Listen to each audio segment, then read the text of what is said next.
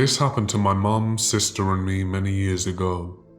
I was around 8, and I'm 37 now. My sister is 5 years younger. Back then, we lived in a city in the UK, in a not-so-nice part of town. Don't get me wrong, this wasn't the ghetto or the Wild West, but there were much nicer places to live. My dad was self-employed and owned a small factory in the outskirts of the city centre, about 5 miles from our home. His factory was surrounded by wasteland, mostly derelict homes and dilapidated buildings.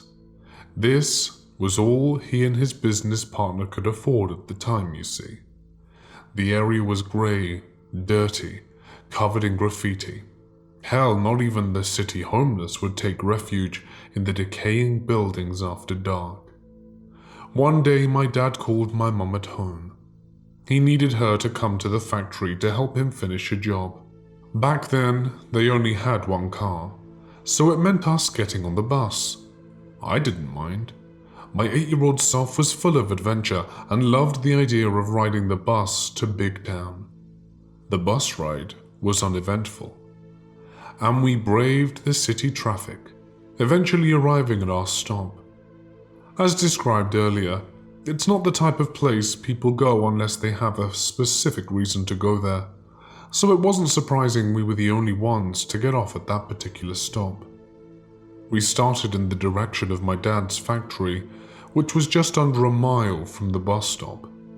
My sister was asleep on her pushchair, and I was jabbering away as only an 8-year-old can, when I suddenly became aware my mom was preoccupied.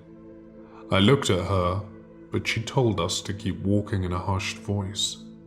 I noticed she kept glancing over her shoulder. I slowed down to take a look, but she tugged my arm and told me to carry on going. I remember feeling anxious as my mom walked faster, the pushchair bumping over the uneven paving slabs and my legs struggling to keep rhythm. Then I heard him. First the footsteps, clumsy and heavy, then his low, rasping voice. He was muttering incoherently, having a conversation with himself. Suddenly, my mum crossed the road, holding my arm tightly while steering the pushchair with one hand. He crossed the road too. My mum cursed under her breath, and after a minute or so we crossed back again. Whenever you think you're being followed, there's always the nagging doubt you are just being paranoid. So when we crossed the same road for a 4th time in 5 minutes, with creepy McCreeperson still hot on our tails, still muttering the occasional shout, we knew full well this guy was following us. This was back in the late 80s, so no mobile phones, no internet, and no text messaging. You really were off the grid.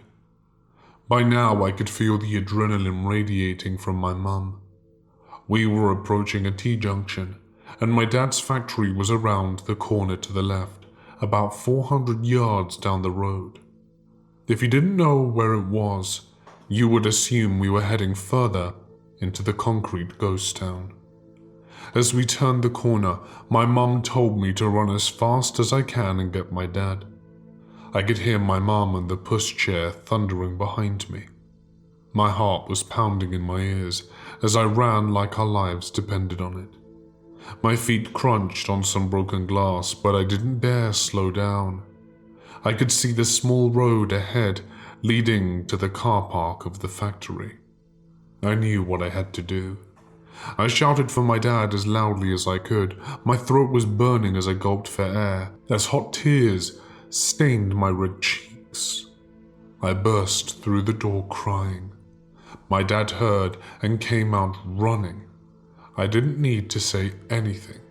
He grabbed the nearest object and ran out the door across the park.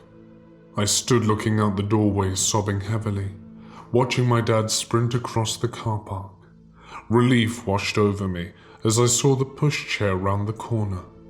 My mum told my dad that we were being followed and pointed in the direction we had come from.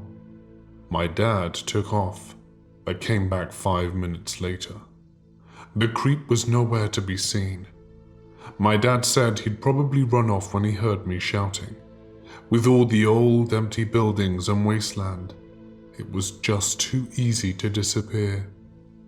My dad wanted to take the car and drive around to see if he could find him, but my mum didn't want to be left alone, even inside the sanctuary of the factory, so he agreed to finish up the job and we could go home.